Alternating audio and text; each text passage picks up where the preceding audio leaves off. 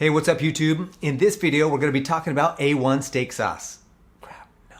In this video, we're gonna be talking about F1 fighter jets. No, that's wrong. In this video, we're gonna be talking about M1 finance. That's right, M1 finance. And I'm gonna share with you some of the reasons why I chose M1 finance and why I like M1 finance and what I'm gonna be using it for. Let's jump right in and see what M1 finance has to offer. My name is Paris Clough, and this is Financial Self-Reliance. On this channel, we talk about the mindsets and the skill sets of the wealthy so that you can learn how to manage, protect, and grow your assets. If that sounds like the kind of channel and community you'd like to be a part of, go ahead and click like and subscribe so that you don't miss any of the videos that I produce. M1 Finance is another app that allows you to make commission-free trades when you invest in the stock market.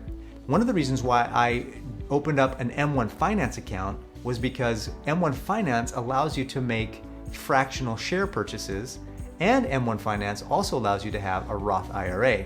So one of the cool things about fractional share investing is, let's say I don't have enough money to buy a whole share. For example, right now Tesla is trading around $800 or $900, depending on the minute of the day you're looking. If I only had $100 to invest and I wanted to invest in Tesla, if I wasn't able to buy fractional shares, I wouldn't be able to buy Tesla. Now in a minute, I'll actually show you what this looks like. But basically, if you were to take that $100 and buy Tesla in a fractional share environment, you would actually own $100 worth of that $900 share.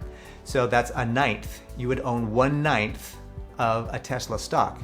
And so that's really neat for somebody who doesn't have enough money to buy a whole share to be able to still get invested, to still be able to buy stocks, and to still be in the stock market. A lot of people are deterred from getting involved in the stock market because they just don't think they have enough money to buy a share of a stock, and so they say, forget it. Well, M1 Finance eliminates that excuse and allows you to buy fractional shares, and I'll share with you in a minute as I go through my portfolio what that means. So if you go to m1finance.com, you'll see this website here.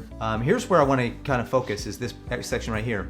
Manage and grow your money the way you want. So the price is $0 for the basic account. You invest for $0. What that means, it's commission-free investing. The next thing here says borrow at 3.5%. What does that mean? So if you have $10,000 or more in your M1 Finance account, they will lend you a percentage of that amount. Basically, it's a collateralized loan. They give you a loan, and your actual balance is a collateral against that loan.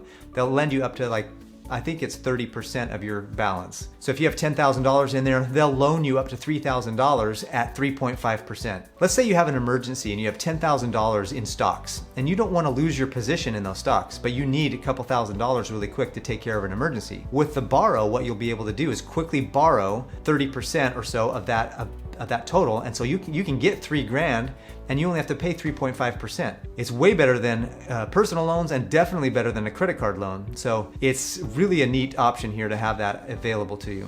And then the spend account is basically M1 Finance's version of a checking account.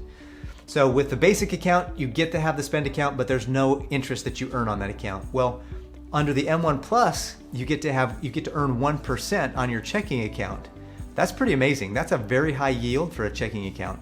And there's no minimums that I can see. As long as you maintain a balance in the spend account, you earn 1%. If you use your debit card, they'll give you 1% on anything that you spend. So you can basically earn 2% if you're using it as a spend account. That's why it's called the spend account, probably. The other neat thing about the M1 Plus account is that you can borrow at 2% instead of 3.5%. It's typically $125 a year to have an M1 Plus account, but I got it for free for a year to try out, I guess. So I went for it. All right, so I'm gonna log in to my account right here, and let's take a look.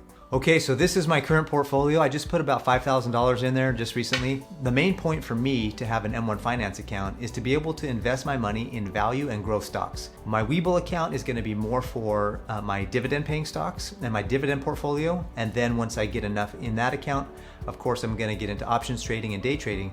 But I really wanted to have the M1 Finance account to be able to have that long-term stable growth and value accounts. There are some stocks that I'm gonna hold that do pay dividends, but most of the stocks that I wanna have in this particular account, in this portfolio, are gonna be those long-term growth accounts.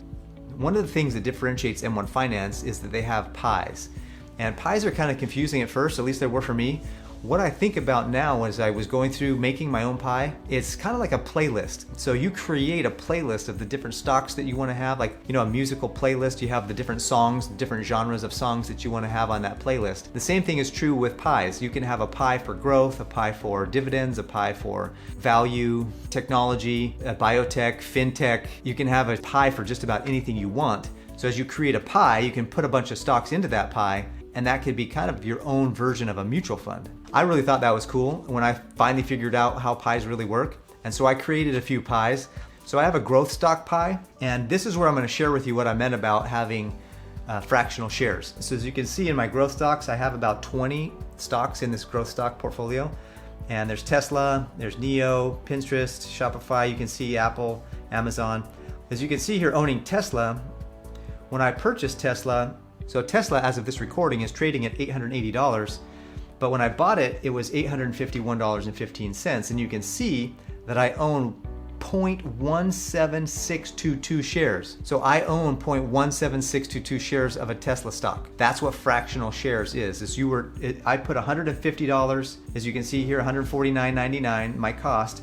I put $149.99 into the Tesla stock, and that's what I was able to buy with that money. In my growth stock, I have an allocation of 20% of my overall portfolio going towards my growth stock account, my growth stock pie, I should say. So if I was to put $100 into this portfolio, $20 would go into my growth stock pie.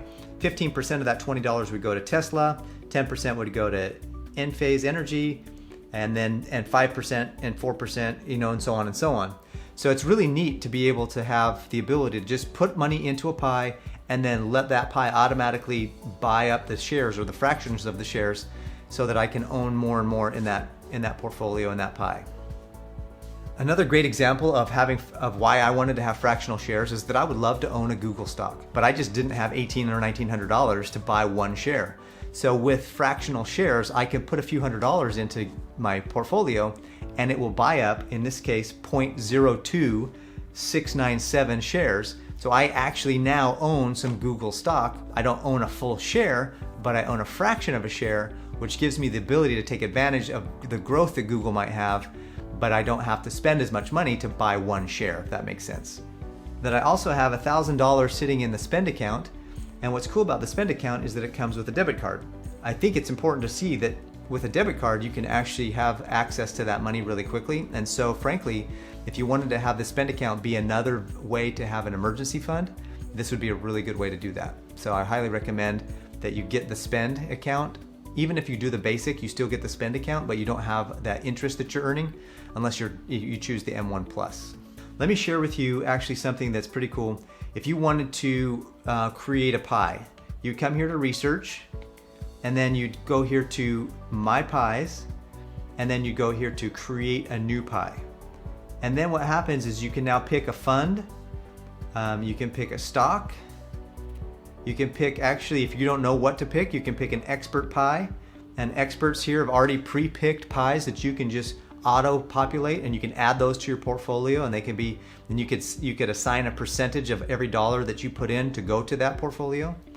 But if you wanted to create your own pie, you would go here and you'd go to the stock, you'd enter a ticker symbol up here, and then you would add it to the basket, and then you click add down here, and now you're created a pie with Apple stocks, and that's the pie that you have here. Now if you go back to your pies, you'll see it says unused. So that pie that you create sits there for you to actually add it to the portfolio or not. So if you want to just go and practice making pies, making different investment pies, you can do that, and you actually don't invest in it until you add it to your portfolio. And then when you add it to your portfolio, you have to pick what percentage you want of the monies coming into your portfolio to go to that pie. So when you click the button here, I'm going to just click remove, because I don't want to add that to my portfolio just yet, but I just wanted to share with you how that works. Now I'd like to share with you what the app looks like on your phone. So as you can see on the far left here, you have invest, and then that shows you the same set of pies that I shared with you earlier. You can set it to sort by however you want: value, total gain, return, target percentage, name, or symbol. And so I have it sorted right now as for value. Growth stocks is the top value right now. They've had the best return so far since I put the money in there. And then all the way down to that dividend ETF pie that hasn't done so well so far. Then you can click on the button, you can see the spend account. It shares with you that I have $1,000 in there and it's earning 1%. And so the next one is transfers. This shows that I have a total of $6,000 in my M1 account. I have $5,000 in my investment account and $1,000 in my spend account. If I ever need to borrow, you can do that here, and then I can do the research here. And this is the same place where I can create my pies, and I can create pies if I want to, same way, and do those types of things just right over your phone. So if you're new to the channel, you may not know that I did a video on calculating your financial independence number. That's the number where if your portfolio grows to that amount, you should be able to live off the interest or live off of a 4% withdrawal for the rest of your life. Honestly, my M1 Finance is my journey to my financial independence number. I'd like to create in this account enough money that I could live on that financial independence number under the 4% rule. And so I'm gonna share with you my journey as I go along. What app have you chosen to use? Do you use Webull? Do you use M1 Finance? Do you use Robinhood? Do you use another app? Do you use all of these apps for different purposes like I am? Put a comment below and tell me why you're using M1 Finance or why you're using some of the other apps. I'd love to know what you're doing and what apps you're using. I'd also love to know if you have any pies that are doing really well. If you'd like to share those with me, because I'd love to see if I can add them to my portfolio, especially if they're performing really well. I'm gonna leave a link in the description below, because if you use my link, I think M1 Finance is giving away $10 or $20 or $30 or something right now. It's their way of rewarding people for spreading the word. Once a month, I'm gonna be sharing with you my M1 Finance portfolio and giving you updates on how I'm doing towards my financial independence number in my M1 Finance account. I hope you got a lot out of this video. I hope it was value to you, and I look forward to seeing you on the next one.